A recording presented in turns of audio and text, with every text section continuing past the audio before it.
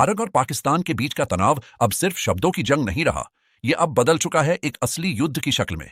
पहलगाम में हुए आतंकी हमले ने पूरे देश को झकझोर दिया, जिसमें 26 निर्दोष लोगों की जान गई। लेकिन भारत ने चुप बैठने का फैसला नहीं किया। भारतीय सेना ने पूरी तैयारी के साथ जवाबी हमला किया। ऑपरेशन सिंदूर के तहत पाकिस्तान और पीओके में मौजूद 9 आतंकी ठिकानों पर सटीक मिसाइल स्ट्राइक की गई। यह हमला जितना शांत दिखा, उतना ही विनाशकारी था आतंकियों के लिए। लेकिन कहानी यहीं खत्म नहीं होती। 7-8 मई की रात पाकिस्तान ने इसका जवाब देने की नाकाम कोशिश की। भारत के 15 शहरों को निशाना बनाया गया। अवंतीपुरा, श्रीनगर, जम्मू, पठानकोट, अमृतसर, कपूरथला, जालंधर, लुधियाना, आदमपुर, बठिंडा, चंडीगढ़ और भुज मिसाइलें और ड्रोन उड़ाए गए। लेकिन पाकिस्तान ये भूल गया था कि भारत अब 21वीं सदी का भारत है, जिसकी सुरक्षा प्रणाली चट्टान से भी मजबूत है। भारत का S-400 एयर डिफेंस सिस्टम, जिसे सुदर्शन चक्र कहा जाता है, हर हमले पर बिजली बनकर टूटा।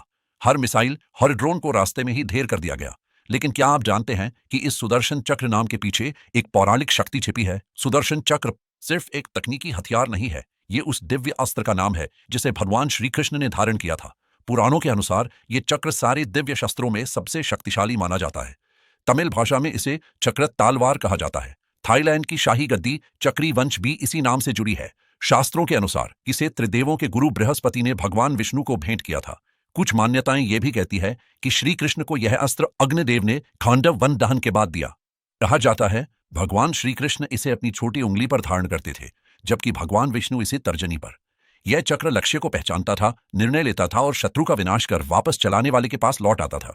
यह बुद्धिमान था, तेज था और अदृश्य गति से शत्रु का नाश करता था। महाभारत में जब शिशुपाल ने सारी सीमाएं पार कर दी थी, तो श्री कृष्ण ने इसी सुदर्शन चक्र से उसका सिर काट दिया था। और समुद्र मंथन में जिस मंदराचल पर्वत को काटा गया था, उसमें भी यही दिव्य चक्र काम आया था। अब आप सोच रहे होंगे, इतनी अद्भुत शक्ति का निर्माण आखिर कैसे हुआ? तो सुनिए, एक कथा के अनुसार विश्वकर्मा ने इसे सूर्य के तेज से बची दिव्य धूल से बनाया था।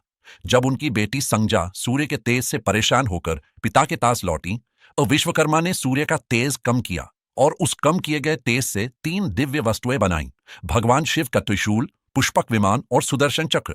एक अन्य कथा में कहा गया है कि जब धरती पर असुरों का अत्याचार बहुत बढ़ गया, तो देवताओं ने भगवान विष्णु से सहायता मांगी। विष्णु जी शिवजी की तपस्या में लीन होकर उन्हें प्रसन्न करने लगे, हजारों वर्षों तक। अंत में भगवान शिव ने प्रसन्न होकर उन्हें यही चक्र भेंट किया, जो कभी भी शत्रु से हार नहीं खाता। शास्त्रों में इस चक्र का वर्णन बेहद रोचक है। गोलाकार, किनारों पर 2 परतों में नुकीले कांटे, जो विपरीत दिशाओं में घूमते हैं। इसे किसी आम हथियार की तरह फेंका नहीं जाता था, ये इच्छा शक्ति से नियंत्रित होता था। यह तब तक घूमता रहता था जब तक शत्रु का अंत न हो जाए।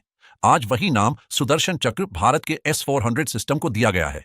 और यह कोई संयोग नहीं है। भारत ने पाकिस्तान के ड्रोन और मिसाइल हमले को सटीकता और संयम से नाकाम किया। और यह दुनिया को एक स्पष्ट संदेश है, भारत शांति प्रिय है, लेकिन जब बात आत्मरक्षा की आती है, तो हम श्री कृष्ण के सुदर्शन चक्र की तरह अपने शत्रु का अंत करके ही लौटते हैं।